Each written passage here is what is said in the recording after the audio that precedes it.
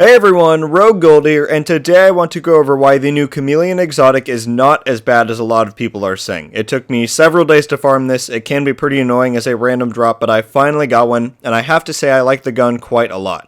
Obviously, it doesn't have the highest base damage in game, but that's because of its very strong talents, and I think a lot of people are saying that this gun isn't very good because it doesn't work very effectively in PvP, and I would agree with that to an extent, but we'll get into that in a little bit. First, let's take a look at how it works. So I put this PvE build together to kind of complement what the Chameleon does, and so you'll see I have the Sawyer's knee pads and some other stuff, some good heals, and that really just allows me to move around the map a lot and get some of these procs off, because if you don't know, the Chameleon works based off of these different buffs that you can get. So it's called Adaptive Instincts is the main talent. Hitting 30 headshots grants plus 20% crit chance and plus 50% crit damage for 45 seconds. Yeah, 45 seconds is a long time, and that works in both PvE and PvP, so in the Dark Zone as well. Hitting 60 body shots grants plus 100% weapon damage for 45 seconds, and hitting 30 leg shots grants plus 150% reload speed for 45 seconds. And that also comes with overlap, which obviously you can get on a high-end gun, so that's nothing special. So now that you see what the talent reads, let's take a look at how it works on a target. So I have this set to invulnerable, and so you'll see when I start hitting headshots, on the side of the gun there are 3 hexagons. And so the top one is for headshots, the middle one is for body shots, and the bottom one is for leg shots. And you can see as I hit them, they start to stack up. And these bars stay as long as you don't just swap your weapon. So you can hit and add 59 times in the body, and then hit a player once in the body and get 100% extra weapon damage and start hitting him. So it's pretty strong. So you'll see I'll fill it up here, and then once it's activated, it turns white like that. And you can do the same for the head. You can't hit legs on these guys because they don't have legs. So now I have the crit and damage one activated, and I could get the leg one as well, and you can have all 3 up at once, and those all last for 45 seconds. So once you get all of these procs going, it is super strong. You start doing a ton of damage. Alright, so now that you've seen how it works, I'm going to play some footage I have of me doing one of the weekly invaded missions on Heroic, just so you can get an idea of how strong this gun really is in PvE. I'll come back afterwards and we'll talk more about its PvP performance.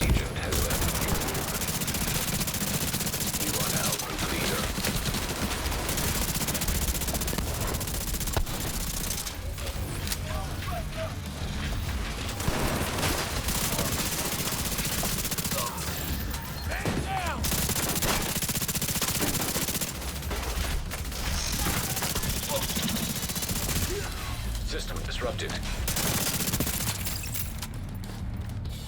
Alpha team, stop fucking around and take them out.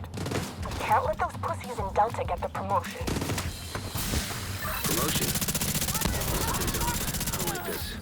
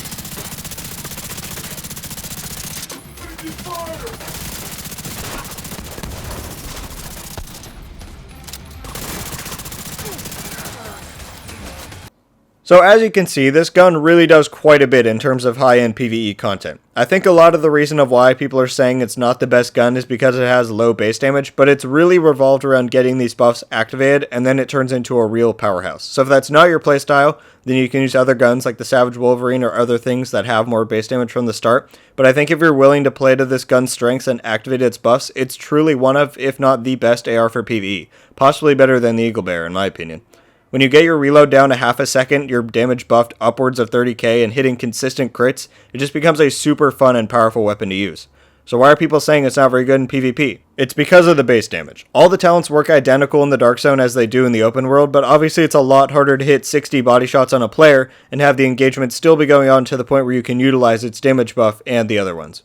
Now, you can definitely go and stack up your buffs on an ad and then proc them on a player, but he becomes almost gimmicky to a point where you have to stay conscious of when your power is going to kick in, and that's not the most ideal for a lot of PvP players and builds.